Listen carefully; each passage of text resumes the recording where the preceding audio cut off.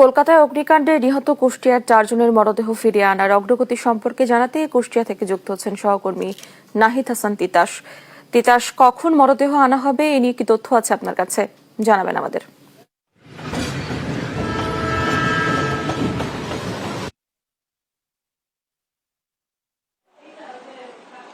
ডানা, মরদেহ আসার বিষয়ে এখন পর্যন্ত যে সঠিক নিশ্চয়তা সেটা কিন্তু পাওয়া যায়নি পরিবারের পক্ষ থেকে। তবে আমরা ভারতে যারা দেবাশিস দত্তের মরদেহ এবং তার পরিবারের মরদেহ আনতে গেছেন, আমাদের তাদের সাথে কথা হয়েছে। আমরা তাদের মাধ্যমে যেটি জানতে পেরেছি যে ভারতীয় সময় 1টার পরে কলকাতা মেডিকেল কলেজ হাসপাতালে সেখানে কিন্তু পোস্টমর্টম সম্পন্ন হয়েছে দেবাশিস দত্ত সহ তার স্ত্রী এবং তার সন্তান ও তার শ্বশুরের। এর পরে কিন্তু তারা এনওসি নিয়েছে কলকাতা মেডিকেল হাসপাতাল থেকে। এরপরে আরো বাকি যে আইনগত যে প্রক্রিয়াগুলো রয়েছে সেগুলো প্রক্রিয়াধীন রয়েছে। তবে আমরা যেটি জানতে পেরেছি যে 5টা থেকে 6টার মধ্যে কিন্তু মরদেহগুলো যারা স্বজন রয়েছে ভারতে অবস্থান করছে কলকাতায় তাদের কাছে হস্তান্তর করা হবে। তবে আজকে মরদেহ আসার সম্ভাবনা নেই বলেই আমরা মনে করছি, কারণ আমরা জানি যে সীমান্ত 6টায় বন্ধ হয়ে যাবে। বন্ধ হয়ে যাওয়ার কারণে কিন্তু মরদেহ স্বজনরা পেলেও কিন্তু আজকে মরদেহ আসা সম্ভব হবে না তার নিজ যে বাড়ি কুষ্টিয়ার আরো পারে সেখানে। তবে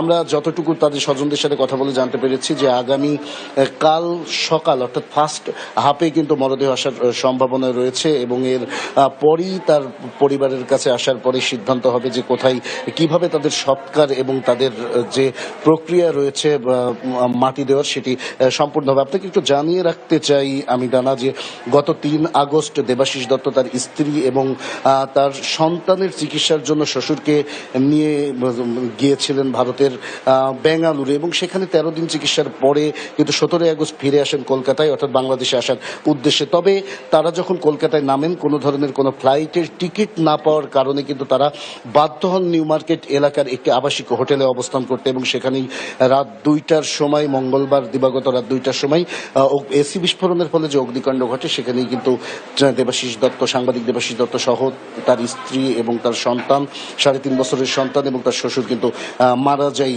এর এখন পর্যন্ত তার পরিবার কিন্তু অপেক্ষায় রয়েছে কখন তার প্রিয় মুখগুলো তার স্বজনদের শেষবারের মতো দেখবে এবং এখানে আসবে তার কুষ্টিয়ার নিজ বাড়িতে। একেবারেই শোকের ছায়া নেমে এসেছে, কান্নায় আহাজারিতে কিন্তু ভারী হয়ে উঠেছে এই দেবাশিস দত্তের আদোয়াপাড়া কুষ্টিয়ার যে বাড়ি রয়েছে সেই। এই ছিল কুষ্টিয়া থেকে আমার কাছে সর্বশেষ খবর। ডানা।